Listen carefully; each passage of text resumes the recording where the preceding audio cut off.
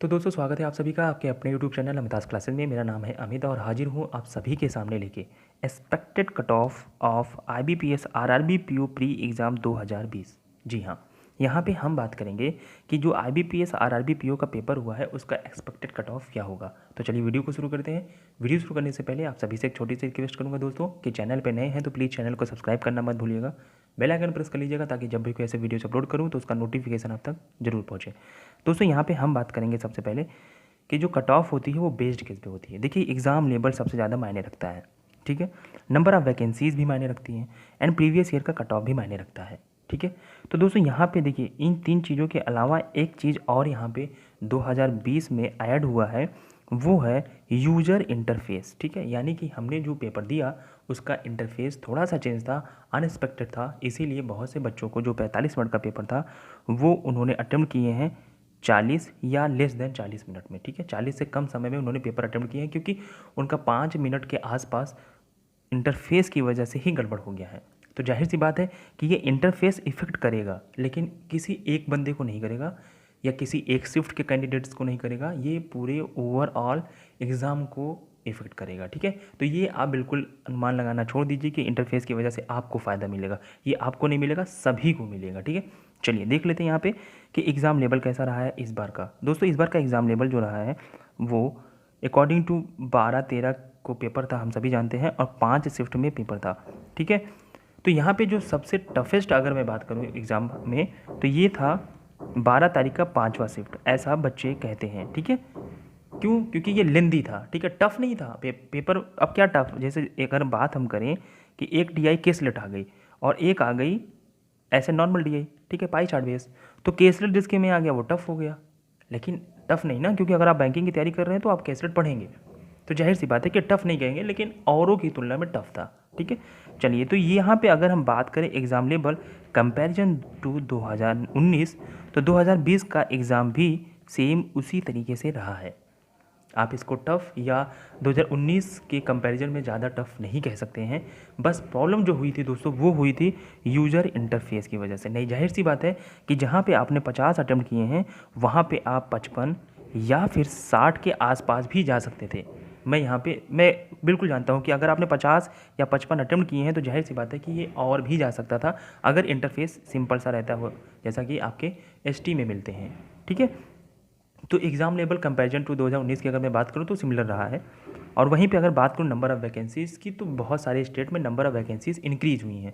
जैसे कि अगर हम बात करें उत्तर प्रदेश की, तो उत्तर प्रदेश में पिछले साल यानी कि 2019 में 375 वैकेंसीज़ थी, लेकिन यहाँ पे अगर हम बात करें 2020 में तो ये वैकेंसी 1500 प्लस हुई हैं, करीब 1500-1600 के आसपास है, ठीक है। मुझे एग्जैक्ट डेटा याद नहीं है इस समय, ठीक। अगर हम बात करें कि प्रीवियस ईयर के कट ऑफ की, तो अगर मैं सिर्फ यूपी की बात करूँ यहाँ पे तो 58.5 था और इस बार सीटें भी बढ़ी हैं।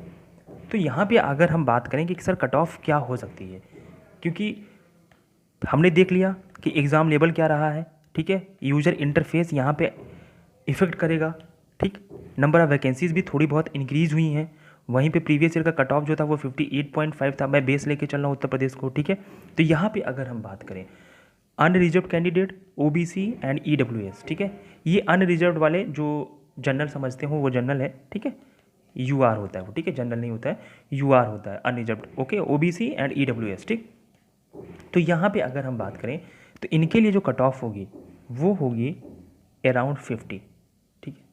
अगर आपको लगता है कि आपका जो है 50 के आसपास मार्क्स आ सकते हैं, ये 48 भी हो सकता है एंड 51 तो बहुत रेयर चांस मुझे लगता है, लेकिन अगर 51 हो भी जाता है तो बहुत ज़्यादा नहीं। यूपी में तो जाहिर सी बात है कि कम रहेगा, लेकिन ये अराउंड 50 रहेगा। तो अगर आपके मार्क्स अराउंड 50 हैं तो आप बिल्कुल प्रिपरेशन के लिए जाइए। हाँ, अगर और एक चीज़ मैं बता दूं कि अगर आपका पेपर 12 तारीख को 5वें शिफ्ट में रहा है तो अगर आप 50 नहीं 48 या 47 भी हैं तो भी आप मेंस के लिए जाएंगे, ऐसा मुझे पूरी उम्मीद है।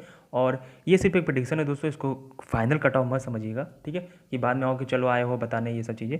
ये मैं बता रहा हूँ आपको कि आप देखिएगा जब रिजल्ट आएगा तब बताइएगा हमें कि सर आपने जो कहा था वो क्या था, ठीक है। तो बिल्कुल स्क्रीनशॉट ले लीजिए। और मैं बता रहा हूँ आपको कि ये 50 के अराउंड ही रहेगा उत्तर प्रदेश में, ठीक है। उसी तरीके से आप थोड़ा सा अपने प्रदेश का एनालिसिस कर लीजिएगा, बाकी आप कमेंट करिएगा, मैं आपको बता दूंगा कि आप कौन से स्टेट से हैं और आपके स्टेट में कितनी वैकेंसीज हैं और कितना कट ऑफ आपका स्टेट का जा सकता है, ठीक है। यहाँ पे आप जनरल ओबीसी यानी कि यूआर ओबीसी और ईडब्ल्यूएस में बहुत ज़्यादा अंतर नहीं होता है, तो इसीलिए मैं इन तीनों को एक साथ में रखा हूँ कि आप तैयारी अगर 50 के अराउंड है तो आप बिल्कुल मेंस की तैयारी करिए और आगे आप मेंस के लिए जाएंगे।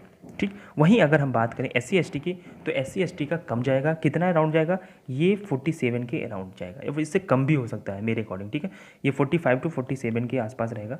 ठीक है, तो अगर आप SC ST हैं और इतना अटेम्प्ट हैं आपके, या इतने आपके आएंगे मार्क्स, तो जाहिर सी बात है कि आप जाइए। यहाँ पे हम बात करें अटेम्प्ट्स, यानी कि उन कैंडिडेट्स का, मतलब attempts is equal to accuracy, दोनों बराबर हैं, जितने अटेम्प्ट्स उतनी नंबर। ठीक है, तो आप बिल्कुल जाएंगे। ठीक, यहाँ पे ऐसा नहीं है कि सर हमने 60 अटेम्प्ट किए हैं और हमें पता नहीं हमारा एक्यूरेसी क्या है, कि हो सकता है 40 नंबर भी आ जाए, तो ऐसे लोगों की मैं बात नहीं कर रहा हूँ। मैं बात कर रहा हूँ कि 1-2 नंबर जिनका फर्क मारता है ST में, उनको पता होगा, तो उनके लिए है ये। ठीक है, तो आप प्लीज़ इतने चीज़ों के लिए जाइए और मेंस की तैयारी करिए। अगर आप 50 के आसपास हैं जनरल ओबीसी NEWS, और अगर 45 के अराउंड है SC ST, तो आप मेंस की तैयारी बिल्कुल करिए। ठीक है, और हम आपको आगे जो भी आपको कन्फ्यूजन होगा उसका आपको सलूशन देंगे। प्लीज़ हमें कमेंट करके बताइएगा कि आपको कहाँ प्रॉब्लम हो रही है, और भी बहुत सारे वीडियोज़ आपके वेट कर रहे हैं। प्लीज़ चैनल से जुड़ जाइएगा। ठीक है, तो इस वीडियो में इतनी बात करेंगे। वीडियो देखने का बहुत बहुत शुक्रिया, धन्यवाद।